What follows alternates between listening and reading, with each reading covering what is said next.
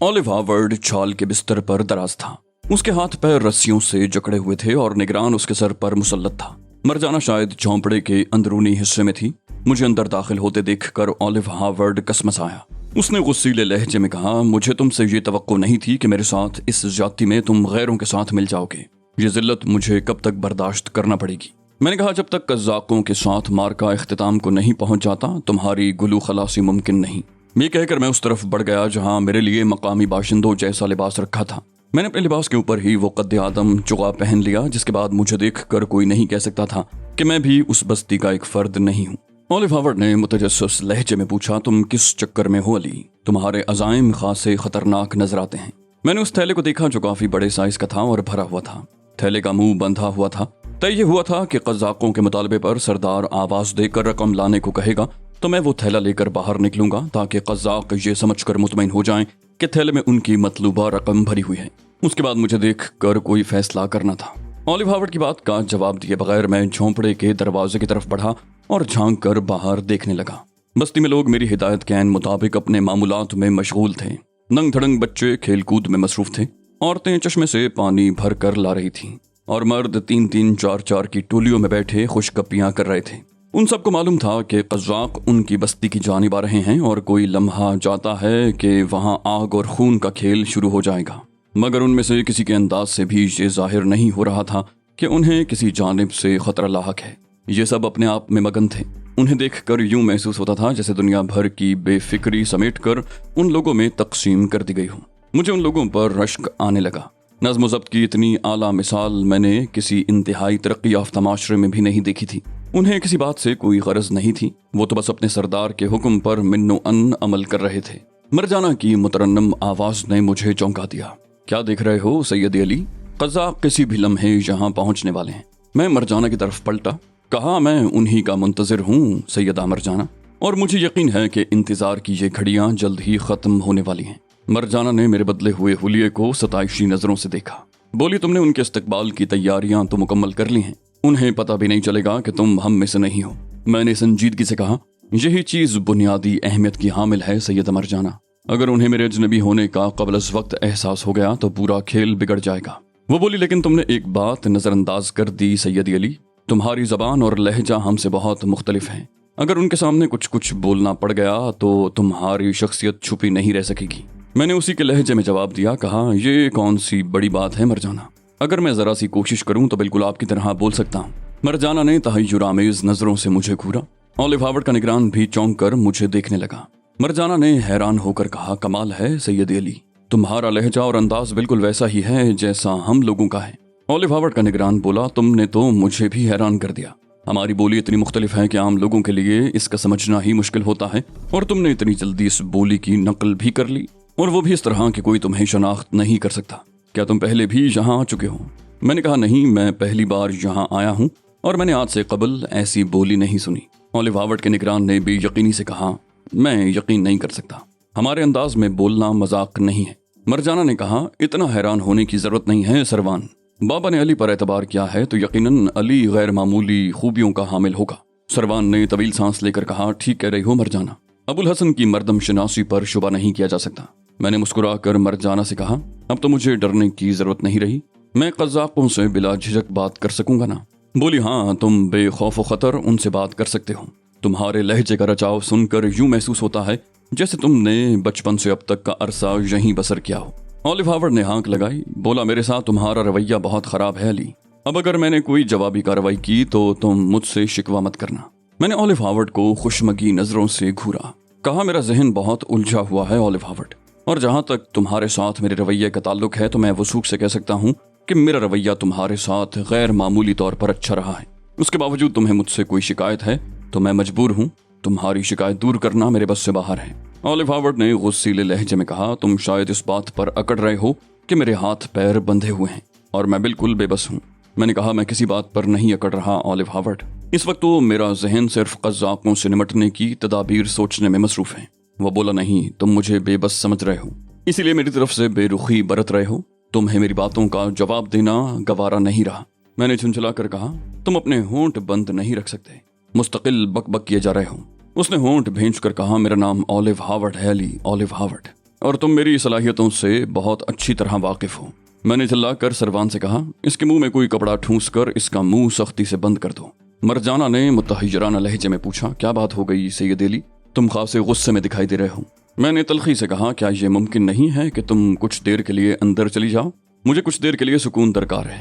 مرجانہ کا چہرہ اتر گیا، بولی، مجھے افسوس ہے۔ اس نے بجھے ہوئے انداز میں کہا، تمہیں واقعی یکسوئی درکار ہوگی؟ مجھے پہلے ہی سمجھ لینا چاہیے تھا۔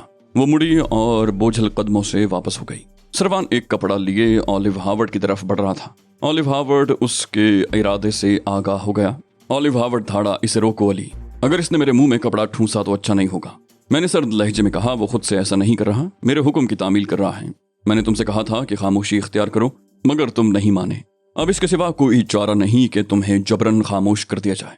آلیو ہاورڈ نے کسمساتے ہوئے کہا، اگر یہ تمہارے کہنے سے میرے منہ میں کپڑا ٹھونسے جا رہا ہے تو یہ تم دونوں کے حق میں برا ہوگا۔ میں نے بھنا کر کہا، اب اگر تمہارے منہ سے ایک لفظ بھی نکلا تو میں ٹھوکریں مار مار کر تمہارا جبڑا توڑ دوں گا۔ یہ کہہ کر میں تیزی سے آگے بڑھا۔ آلیو ہاورڈ کو غالباً اندازہ ہو گیا تھا کہ جو کچھ میں نے کہا ہے اس پر عمل بھی کر گزروں گا، لہٰذا اس نے سروان کے خلاف اپنی جد و جہد ترک کر دی اور سروان نے اس کے منہ میں کپڑا ٹھونس دیا۔ میرا موڈ خراب ہو گیا تھا۔ ان لوگوں کے مسلسل سوال و جواب نے مجھے کچھ سوچنے کا موقع ہی نہیں دیا تھا، جبکہ صورتحال اس بات کی متقاضی تھی کہ میں پوری یکسوئی سے قزاقوں سے نمٹنے کی مختلف تدابیر پر غور کرتا رہتا۔ سروان بہرحال معاملہ فہم آدمی ثابت ہوا۔ آلیو ہاورڈ کے منہ میں کپڑا ٹھونسنے کے بعد وہ خاموشی سے ایک جانب جا بیٹھا۔ اس نے مجھ سے کوئی سوال نہ کیا۔ دفتر نخلستان پر چھایا ہوا سناٹا گولیوں کی آواز سے چکنا چور ہو گیا۔ فائرنگ کی آوازیں بڑے تواتر سے آ رہی تھیں۔ میں بوکھلا کر جھونپڑے کے دروازے کی طرف لپکا اور جھانک کر باہر دیکھا۔ باہر نخلستانی بستی کا ایک بھی مکین نظر نہیں آ رہا تھا۔ جھونپڑے سے کچھ فاصلے پر صرف سردار کھڑا تھا اور اس کا رخ نخلستان میں داخلے والے راستے کی طرف تھا۔ میں نے اس سمت دیکھا۔ 5 اونٹ نخلستان میں داخل ہو رہے تھے۔ ان اونٹوں پر سوار قزاق خودکار ہتھیاروں سے فائرنگ کر رہے تھے، مگر وہ صرف ہوائی فائرنگ تھی۔ قزاق بستی میں خوف و ہراس پھیلا دینا چاہتے تھے اور وہ اپنے مقصد میں کامیاب بھی رہے تھے۔ کچھ دیر قبل بستی میں نظر آنے والی مصنوعی رونق اور چہل پہل دم توڑ گئی تھی اور اب وہاں سردار کے علاوہ کوئی نظر نہیں آ رہا تھا۔ میرا ہاتھ پستول کے دستے پر جم گیا۔ 5 اونٹ نخلستان میں داخل ہو چکے تھے اور ان پر سوار قزاقوں نے فائرنگ کرنا موقوف کر دی تھی۔ سروان اور مرجانہ بوکھلا کر میرے پاس آ گئے اور میرے ساتھ ہی باہر جھانکنے لگے۔ میں نے مرجانہ کی گھبرائی ہوئی آواز سنی، خیریت تو ہے لی؟ فائرنگ کون کر رہا ہے؟ میں نے سرگوشی میں کہا، سب خیریت ہے۔ قزاق آ پہنچے ہیں اور انہوں نے ہوائی فائرنگ کر کے اپنی آمد کا اعلان کیا ہے۔ تم لوگ اپنی جگہوں پر واپس جاؤ۔ وہ دونوں ایک لفظ کہے بغیر میرے پاس سے ہٹ گئے۔ میں باہر کے منظر کی طرف متوجہ تھا۔ اونٹ اب خاصے نزدیک آ گئے تھے اور ان کی رفتار سست ہو گئی تھی۔ درمیان والا اونٹ قدرے آگے تھا، جبکہ اس کے دونوں اطراف چلنے والے 4 اونٹ اس سے قدرے پیچھے تھے۔ 5 اونٹ آراستہ اور پیراستہ تھے اور سواروں کے ہاتھوں میں موجود بندوقوں کے علاوہ اونٹوں پر بھی جدید ساخت کی آٹومیٹک بندوقیں سجی ہوئی تھیں۔ یوں معلوم ہو رہا تھا جیسے وہ لوگ اسلحے کی نمائش کرنے نکلے ہوں۔ سردار سے کچھ فاصلے پر آ کر 5 اونٹ رک گئے۔ شتر سوار بلا شبہ قزاق تھے۔ ان کے ہیبت ناک حلیے ان کے قزاق ہونے کی غمازی کر رہے تھے۔ درمیان والے شتر سوار نے گرجدار آواز میں سردار سے کہا، تم نے ہمارے لیے مطلوبہ رقم کا انتظام کر لیا یا نہیں؟ سردار نے کہا، تم نے جتنی رقم کا مطالبہ کیا تھا وہ ہماری بساط سے بہت بڑھ کر تھی، لیکن ہم نے کسی نہ کسی طرح رقم کا انتظام کر ہی لیا۔ شتر سوار نے بھیانک انداز میں قہقہ لگایا۔ قزاق بولا، تم نے بڑی عقل مندی کا کام کیا، ورنہ آج ہم نے طے کر لیا تھا کہ اس بستی کا صفایا ہی کر ڈالیں گے۔ سردار نے کہا، قبیلہ جراتا کے لوگ تعداد میں کم سہی مگر بے وقوف نہیں ہیں۔ قزاق دھاڑا، بکواس مت کرو، اپنی تعریفیں کرنے کی ضرورت نہیں ہے، ورنہ یاد رکھو نخلستان کے باہر ہمارے سارے ساتھی موجود ہیں۔ ہم تم جیسے بے وقوفوں سے اس نخلستان کو ذرا ہی دیر میں پاک کر دیں گے۔ میں نے اہانت کے شدید احساس سے سردار کا چہرہ سرخ ہوتے دیکھا، مگر اس نے کمال ضبط کا مظاہرہ کیا اور خاموش ہی رہا۔ میں نے دل ہی دل میں خدا کا شکر ادا کیا، ورنہ خدشہ تھا کہ اس کے منہ سے نکلی ہوئی ایک بھی غلط بات پوری بساط کو الٹ کر رکھ دیتی۔ اس قزاق نے کڑک کر پوچھا، رقم کہاں ہے؟ اس کے چاروں ساتھی بھی سردار کو گھور رہے تھے۔ سردار نے جھونپڑے کی طرف اشارہ کر کے بھررائی ہوئی آواز میں کہا، اندر رکھی ہے۔ 5 قزاقوں کی نظریں جھونپڑے کی طرف اٹھیں اور میں پھرتی سے پیچھے ہٹ گیا۔ ویسے تو میں ان کی نظروں میں نہیں آ سکتا تھا، مگر پھر بھی احتیاط ضروری تھی۔ میں نے اس قزاق کی کڑک دار آواز سنی، یہ رقم اندر کیا کر رہی ہے؟ سردار کی آواز سنائی دی، عامر، رقم کا تھیلا باہر لے آؤ۔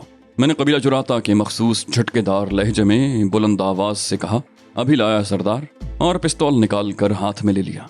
मरजाना और सरवान मुझसे कुछ फासले पर खड़े मुस्तरिबाना अंदाज में मुझे दिख रहे थे। मरजाना के अंदाज से यूं मालूम हो रहा था जैसे वो मुझसे कुछ कहना चाहती हो मगर उसकी हिम्मत न हो रही हो। मैंने मुस्कुरा कर उसकी तरफ देखा और पुरसुकून अंदाज में थैले की तरफ बढ़ा। मैंने कहा, मेरे लिए दुआ करती रहना सैयदा मरजाना, इस वक्त मुझे दुआओं की सख्त जरूरत है। मरजाना ने लरसती हुई आवाज में कहा, मैं तो सरापा दुआ बनी हुई हूँ सैयदी अली, खुदा तुम्हें कामयाबी से हमकनार करे। इस वक्त तो हमारी बका भी तुम्हारी कामयाबी से मशरूत हो गई है। मैंने दोनों हाथों में थैला उठा लिया। थैला ज्यादा वजनी नहीं था मगर मुझे जाहिर यही करना था जैसे वो बहुत वजनी हो। मैं थैला लेकर दरवाजे की तरफ बढ़ा। दरवाजे के करीब पहुंचकर मैं रुका और मरजाना की तरफ पलटा। खुदा हाफिज सैयदा मरजाना, जिंदगी रही तो फिर मुलाकात होगी। मरजाना के लब हिले मगर कोई आवाज सुनाई न दी। मुझे यकीन था कि उसने मेरे लिए दुआया कलिमात अदा किए होंगे। मैं पलट कर बाहर निकल आया। पिस्तौल मेरे हाथ में था मगर थैले के नीचे छुपा हुआ था और मैं किसी भी लम्हे फायर करने के लिए तैयार था। झोंपड़े से बाहर निकलते ही सरदार और पांचों कज़ाक मेरी निगाहों के सामने आ गए। कज़ाकों के ऊंट अब बैठ चुके थे और खुद पांचों कज़ाक भी ऊंटों से उतरकर सरदार से जरा दूर खड़े हुए थे। पांचों के हाथों में स्टेन गन्नें दबी हुई थीं। मैं रकम का थैला दोनों हाथों में उठाए सरदार की तरफ बढ़ने लगा। दरमियान वाले कज़ाक ने कहा, इधर आओ मरदूद, थैला उधर कहाँ ले जा रहे हो? मैंने बौखलाए हुए अंदाज में कहा, लेकिन थैला तो सरदार ने मंगवाया है। कज़ाक ने धाड़ कर कहा, हम कह रहे हैं कि थैला इधर ले आओ, और स्टेन गन का रुख मेरी तरफ कर दिया। मैंने बेबसी से सरदार की तरफ देखा। सरदार ने जल्दी से कहा, इनके कहने पर अमल करो। मैंने मौदबाना अंदाज में सर को जुम्बिश दी और अपना रुख तब्दील कर दिया। अब मैं कज़ाकों की तरफ बढ़ रहा था। पांचों की हरीस नजरें थैले पर जमी हुई थीं। उनके करीब पहुंचकर मैं रुक गया और सवालिया नजरों से उन्हें देखने लगा। दरमियान वाले कज़ाक ने झुंझलाए हुए कहा, थैला यहाँ रखो और दफा हो जाओ।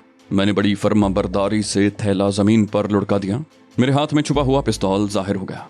मेरी उंगली पिस्तौल के ट्रिगर पर थी और निगाह उन पांचों पर जमी हुई थी मगर उनमें से एक ने भी निगाह उठाकर पिस्तौल की तरफ नहीं देखा।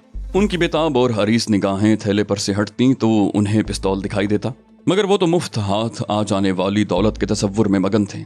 उस दौलत के तसव्वुर में मगन थे जिसका कहीं वजूद ही नहीं था। नखलिस्तान पर कब्रिस्तान का सा सन्नाटा मुसल्लत था। फिर दरमियान वाला कज़ाक थैले की तरफ झपटा। उसने अपनी गन एक तरफ फेंक दी। उसके साथ ही भी थैले की तरफ बढ़े, लेकिन जैसे ही दरमियान वाले ने थैले पर हाथ डाला उसे ये एहसास हो गया कि थैले में कागज नामी कोई शय सिरे से मौजूद ही नहीं।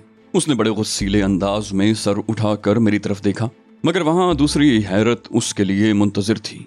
मेरे हाथ में दबे हुए पिस्तौल ने उसके चेहरे पर नाकाबिल यकीन हैरत के तासुरात बखेर दिए। फिर कबल इसके कि वो कुछ सोचने समझने के काबिल होता, मैंने उसकी खोपड़ी पर फायर कर दिया। उसके मुंह से कर्ब में डूबी हुई चंद लाजानी आवाजें निकली और उसके चेहरे पर हैरत के साथ साथ खौफ और कर्ब के तासुरात भी मुंजमद होकर रह गए और वो पीछे की तरफ उलट गया। उसके साथियों ने बड़ी बेयकीनी से ये मंजर देखा और उन्होंने अपनी स्टेन गन्नें सीधी करने की कोशिश की मगर मेरी बरक़ी सूरत ने उन्हें मात कर दिया। एक के बाद दीगरे मैंने 4 फायर किए और उन चारों का हशर भी अपने साथियों से मुख्तलिफ न हुआ। चारों की खोपड़ियों में एक एक हवादान नमूदार हो गया। वो एक भी फायर की हसरत लिए दुनिया से रुखसत हो गए थे। मैंने सरदार की आवाज सुनी, वाह क्या सच्चा निशाना है। वो झपट कर मेरे करीब आ गया था। नखलिस्तान के सिरे पर मोर्चों में मौजूद अफराद ने मेरे पिस्तौल से होने वाले फायरों की आवाजें सुन ली थीं और उन्होंने अपना फर्ज अंजाम देना शुरू कर दिया था, इसलिए कि इस जानिब से बंदूकों के फायर की आवाजें सुनाई देने लगी थीं। उन लोगों ने नखलिस्तान से बाहर सहरा में मौजूद कज़ाकों पर फायर खोल दिया। पहले हल्ले में सहरा की जानिब से मुतअद्दिद चीखें सुनाई दी। यकीनन कुछ कज़ाक गोलियों का निशाना बने थे, लेकिन उसके बाद उस जानिब से जवाबी फायरिंग शुरू हो गई। गोलियों का इस कदर शोर था कि कान पड़ी आवाज सुनाई नहीं दे रही थी। कज़ाकों के ऊंट फायरिंग की आवाजों के आदी मालूम होते थे। उन पर इन आवाजों का कोई असर नहीं हुआ था और वो बड़े सुकून से बैठे जुगाली कर रहे थे। कबीला जुराता के कुछ लोग झोंपड़ों से बाहर निकल आए। उन्होंने आकर कज़ाकों के ऊंटों पर कब्जा कर लिया था और उन पर सजे हुए हथियार उतार रहे थे। मैंने उन लोगों की तेजी देखकर बौखलाए हुए अंदाज में कहा, ठहर जा, इस एक ऊंट पर मौजूद सारे हथियार यूं ही छोड़ देना। मैंने उस ऊंट की तरफ इशारा किया जिस पर दरमियान वाला कज़ाक सवार था। सरदार ने हैरत से पूछा, क्यों? इस बात से तुम्हारा क्या मतलब है? मैंने कहा, जिस कज़ाक का ये ऊंट है वो कज़ाकों में किसी नुमाया हैसियत का हामिल रहा होगा। सरदार ने मुतहज्जिराना लहजे में कहा, वो तो था, लेकिन क्या तुम उसकी हैसियत की वजह से उसके ऊंट पर हथियार सजे रहने देना चाहते हो? मैंने संजीदगी से कहा, हाँ आप ठीक समझे, मेरा यही मतलब है। सरदार मुझे यूं देखने लगा जैसे उसके ख्याल में मेरा जहनी तवाजुन अचानक ही खराब हो गया है। बस्ती के लोगों ने उस ऊंट को छोड़कर बकिया चारों ऊंटों को हथियारों से खाली कर दिया। मैंने हाथ उठाकर कहा, सुने सरदार, आपके लोगों ने कज़ाकों को जानी नुकसान जरूर पहुंचाया है, मगर फायरिंग की आवाज़ों से अंदाज़ा होता है कि कज़ाकों ने अब पीछे हटकर पोजीशन ले ली है। इसका मतलब ये हुआ कि अब अगर हम उन्हें ठिकाने लगाना चाहें तो हमें नखलिस्तान से बाहर निकलना पड़ेगा। सरदार बोला, तुम ठीक कह रहे हो, कज़ाक पीछे हट गए हैं। दरमियानी फासला बढ़ जाने की वजह से अब हम उन्हें मजीद जानी नुकसान से दो चार नहीं कर सकते, मगर हमारा भी कोई जानी नुकसान नहीं होगा। मैंने कहा, ये तो ठीक है, मगर इस जंग को जल्द ही खत्म हो जाना चाहिए, वरना अंधेरा फैलने के बाद कज़ाक हमें भून डालेंगे। सरदार बोला, ये बात तो मैं भी समझ रहा हूँ, लेकिन हमारे पास इसका कोई तोड़ भी तो नहीं है, अलावा इसके कि हम कज़ाकों से हाथ आए हुए असलहे को मजीद लोगों में तकसीम करके उन्हें भी कज़ाकों के मुकाबले में भेज दें। असलहे की तो अब कोई कमी नहीं रही, हम सारी रात कज़ाकों का मुकाबला जारी रख सकेंगे। मैंने कहा, इससे मसला तो हल नहीं होगा, हमें तो जल्द अज जल्द कज़ाकों को ठिकाने लगाना है। सरदार ने कहा, तुम्हारे अंदाज से यूं महसूस होता है जैसे तुम्हारे जहन में इस मसले का कोई हल मौजूद है।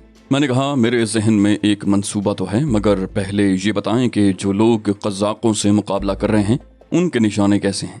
सरदार ने बताया, वो सब के सब बेहतरीन निशानेबाज हैं। मैंने कहा, आप उनके निशानों पर किस हद तक एतमाद कर सकते हैं। सरदार बोला, मैं उनके निशानों पर आखिरी हद तक एतमाद कर सकता हूँ, लेकिन ये तो बताओ कि तुम्हारे जहन में क्या मंसूबा है।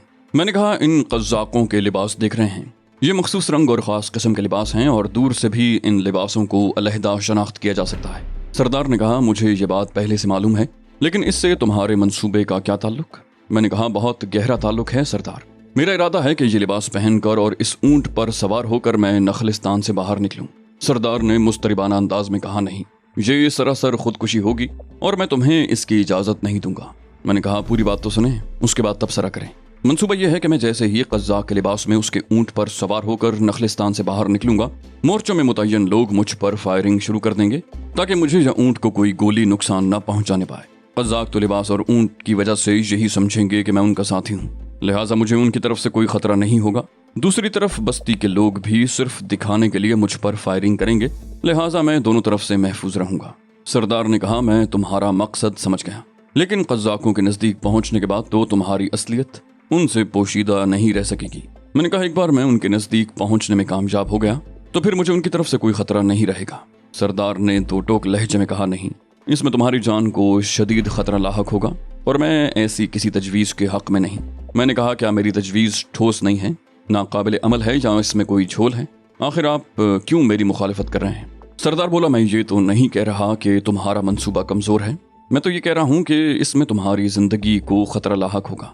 वक्ती तौर पर तो कज़ाक धोखा खा जाएंगे, मगर जब तुम उनके पास पहुँच जाओगे तो उसके बाद क्या होगा? मैंने कहा, क्या होगा? मैं कोई चूड़ियाँ पहन कर तो नहीं जाऊँगा, मैं पूरी तरह मुसल्लह हूँगा। अगर उन्होंने मुझे पहचान लिया तो भी क्या होगा? मैं उन्हें भून दूंगा। सरदार बोला, कैसी बातें कर रहे हो सैयदी, तुम कितने कज़ाकों को ठिकाने लगा सकोगे? नहीं, ये खतरा मोल लेना हिमाकत होगा। मैंने झुंझला कर कहा, खतरा तो मोल लेना ही पड़ेगा सरदार, यूं हाथ पर हाथ धरे बैठे रहने से तो कुछ भी नहीं होगा। सरदार ने तवील सांस ली, बोला, अगर तुम इस मंसूबे पर अमल करने के लिए इस कदर बज़िद हो तो ठीक है, मंसूबे पर अमल होगा, मगर इस तरमीम के साथ कि तुम्हारी बजाय बस्ती का कोई आदमी कज़ाकों के भेस में जाएगा। मैं हैरत से मुंह फाड़ कर बोला, क्या? नहीं, बस्ती का कोई आदमी ये काम ठीक तौर पर नहीं कर सकेगा। सरदार ने जिराह की, क्यों नहीं कर सकेगा? इसमें करने को रखा ही क्या है? कज़ाकों के नज़दीक पहुंचकर उन्हें ठिकाने ही तो लगाना है, ये काम तो कोई भी कर लेगा।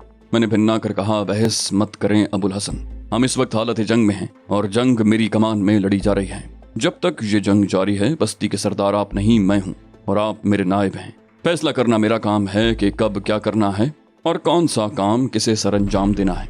मैंने कहा, वो तो ठीक है, लेकिन तुम हमारे मेहमान भी हो, अगर तुम्हें कोई नुकसान पहुंच गया तो।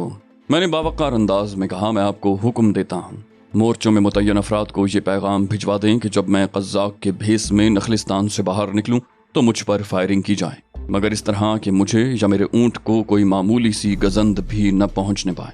अबुल हसन के चेहरे पर शदीद बेबसी के तासुरात थे। उसने मुर्दा से अंदाज में कहा, बहुत बेहतर, और सर झुका लिया।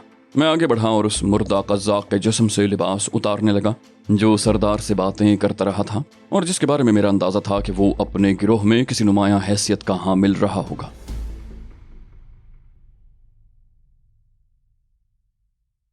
तो दोस्तों, ये थी हमारी आज की एपिसोड। उम्मीद करते हैं आपको हमारी कहानी पसंद आई होगी। जाने से पहले इस वीडियो को लाइक कीजिए और शेयर करना मत भूलिए। कमेंट करके हमें बताइए कि आपको हमारी वीडियो कैसी लगी, और अगर अभी तक आपने इस चैनल को सब्सक्राइब नहीं किया तो इसे सब्सक्राइब कीजिए और बेल आइकन दबाकर ऑल नोटिफिकेशंस ऑन कर लीजिए।